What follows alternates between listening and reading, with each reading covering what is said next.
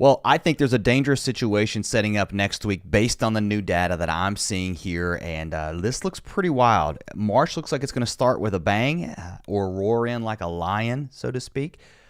And I'm telling you what, next week is, with this type of setup, could bring quite a few tornadoes, severe weather, all hazards on the table in the form of hail too, and damaging winds. So it's something to keep an eye on heading into next week. Let's look at the upper level setup. We're going to talk about that. Cooler weather in the east, warm across the Central Plains, also up into the Northern Rockies too. And here comes our energy into the West Coast.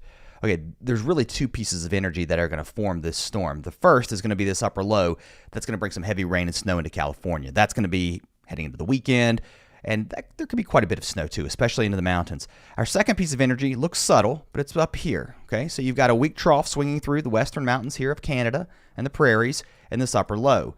These two pieces of energy, as they shift off to the east, are going to connect up. And when that happens, you're going to see your trough go negatively tilted. Even without this piece of energy to the north, you've still got a very strong upper low swinging through the southwest. You're going to get a tremendous amount of wind energy around this too. Good diffluent flow where it spreads out from our jet streak. And now you're starting to connect it with that northern branch, and that's what we call phasing. So when that happens, now you've got a negatively tilted trough. And it's one of the reasons that I think that the severe threat is not just going to be across the south because of this northerly trend. It looks to me like, and if I had to guess, you got to watch areas further to the north just because of this look that we're starting to see. This is ensemble guidance. This is taking 51 different members and averaging them out, and then you're getting sort of the mean, the middle here. So it kind of gives you an idea of where things are going in the upper levels. Let's dive in a little bit closer here. This is upper level winds at about 500 millibars. And if you're tuning in for the first time today, thanks for coming over. I'm Travis. I used to be a chief meteorologist years and years ago on TV. I've been out of that business for a while, but if you're a weather geek like me, I mean, I grew up a weather geek and I got into the business, did that for several years. You never stop looking at weather. So if you like that kind of stuff, I hope you'll come back, you'll subscribe, and I'll shoot it like it is. I'm clearly not here to hype, but I'm looking at this and I'm telling you, if I were still doing this, I mean, some would say this may be professionally. I don't know how you want to look at it, but if I was on television and I was looking at these areas, I would say, look, we're paying attention to this next week. This is becoming a little bit more intense looking. All right.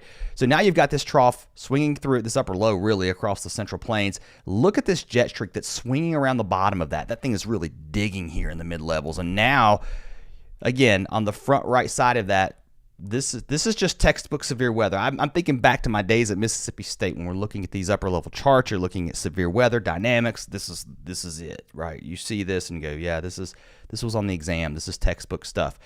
Now you're looking at model data. Does it come to pass? That's another thing. But it's enough that the Storm Prediction Center, again, bringing their extended outlook. Okay, once we get into that day 3 time frame, you're going to see more detail. But they're bullseyeing West Tennessee now, Arkansas, Louisiana, Mississippi, even as far north as southern Missouri. And look, this threat up in here into southern Illinois, southern Indiana, the rest of Kentucky and Tennessee should not be taken lightly.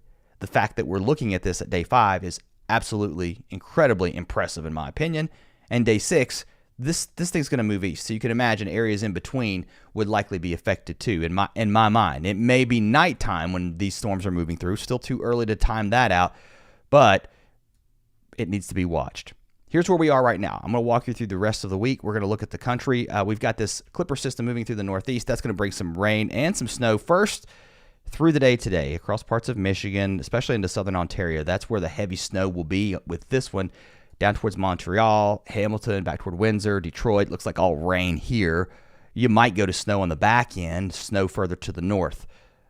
A lot of wind behind this system too. Temperatures will cool down. There comes high pressure building into the central U.S., and now we begin to look to the west coast. And by the way, there will be a few snow showers lingering through the weekend, and much colder temperatures too for the northeast, and chillier for the south too, as high pressure pushes all the way down into the deep south. All right, now we're looking into next week. All right, there's your big ridge across the west, trough in the east, and our storm starting to be felt across California as we head into Sunday into Monday. That snow could be heavy into the Sierra, and then eventually moving into the Rockies. And this is where the meteorology really gets interesting. All right, so you look at synoptic features, that's large-scale weather features, and you look at what's going to happen. So you've got this upper level trough, which is basically cold air aloft moving through. It's energy in the upper levels. It's like a wave. It's not something that moves. Imagine a wave in the ocean, right? Each individual molecule of water does not get pushed around. That's not what we're looking at. We're looking at this upper level wave, if you will, in the atmosphere, and that pushes through the Rockies. And once it heads east, you start to get some rising motion of air, because not only do you get your air moving east of the Rockies here with your strong jet stream too, that jet streak out ahead of this upper level wave intensifies because you've got cold air back here. I feel like I'm teaching meteorology here. Sorry, let's just get to the chase. All right, so with that upward vertical velocities, low pressure develops, especially as that air parcel starts to move out into the plains. You get that stretching of the column of air, so you get rapidly upward motion, and that's what we call a lee side low. There's a lot more to it, but that's the basics. Low pressure usually rapidly develops on the east side of the mountains, and that looks like what's going to happen. Looks like severe weather. I mean, that's it. On the northwest side of it, maybe some heavy snow, and it could get pretty heavy also into the Rockies. This is just an impressive look too, because not only do you have that negatively tilted trough, which gives you the potential for some severe weather, but there could be a heavy dump of snow somewhere. Now, the European overnight really wanted to back down on the idea of heavy snow on the northwest side of that. I still think you've got to watch this system heading into next week. More details to come on that. The GFS also on board with this idea of that lee side low here on the east side of the Rockies developing and strengthening as it moves north and east. Now, the exact track, I think, is going to determine where that snow is. The GFS is a little bit further to the north, clearly pushing the snow way to the north. But this is clearly a severe weather setup on the southern side of this as these storms move off to the east.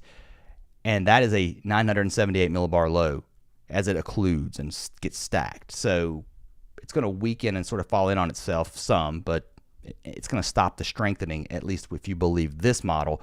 But that's some heavy snow, right? On the backside of that, a lot of wind. The GFS says we're turning cold again, and more snow showers for the east. And here is what I think is interesting. Once you go beyond this, if you really push things out on the European, it keeps things really active, right? It's got this next system swinging through. We're talking about next weekend, so 7-8 days from now. I'm not going to believe this just yet. I also didn't know that I believed last week's storm, right? So you start looking at these things long range and go, I'm not going to be tracking a particular storm, but the pattern.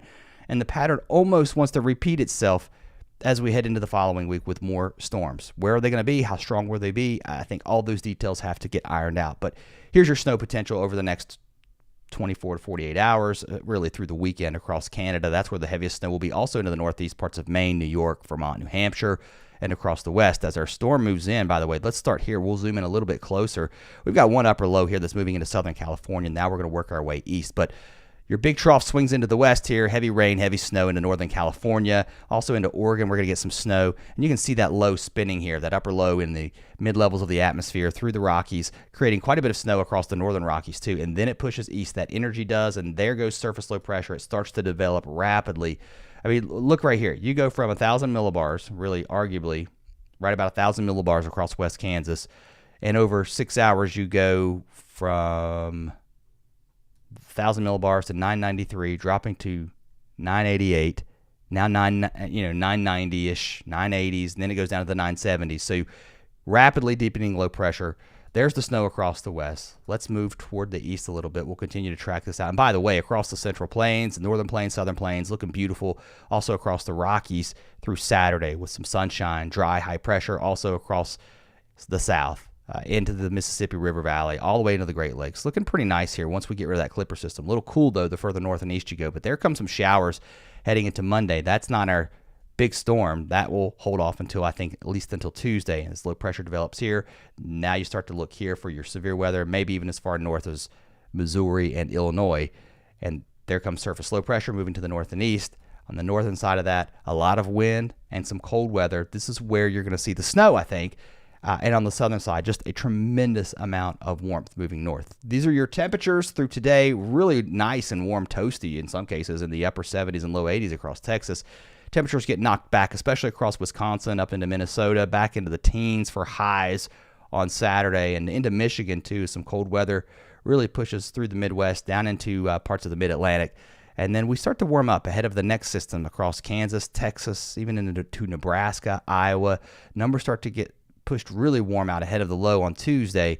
So look at this temperature difference, upper 60s to low 70s across East Kansas, and we're back into the 30s across West Kansas. So it's clear to see that temperature differential developing here, and then that warm air gets squeezed north as we head into Wednesday. Look, close to 60 up towards Detroit, and you're in the 20s and 30s just to the west. So your storm really wrapping up. And then a look further to the east. There's that Clipper system moving through the northeast on Saturday and into Sunday. Cold air moving in with some snow showers. Otherwise, the rest of this area relatively quiet, all the way down into Florida. Maybe a few showers on the east coast of Florida. More clouds heading this way, heading into Monday. There could be a few light showers as we start to see our warm air advection, or that warm air moving north, and showers start to develop. Now, the further north you go, the lower your severe chances. But I think by Tuesday, we're all paying attention in this area for severe weather as that low rapidly deepens. You got a lot of wind shear too. Winds coming in the upper levels at a different angle than where they're coming in at the surface. So you've got surface winds clearly spiraling into this low, and in the upper levels you've got winds really ripping, especially higher in the jet stream. So that will cause those storms to rotate. I'm just going to go ahead and say it. I think you're going to get supercells with this widespread severe weather with this type of setup, without a doubt. And now you've got a really negatively tilted trough here. A lot of circulation in the atmosphere, and just not just tornadoes. We're going to be dealing with damaging winds, and there could be some really heavy snow on the northwest side of this. All right, that's all I got for now, guys. I hope it helps. Good morning, everyone. Thanks for watching. If it's morning where you are, if you're watching this on playback, thanks for checking the video out, and I will see you guys next time. Have a great day.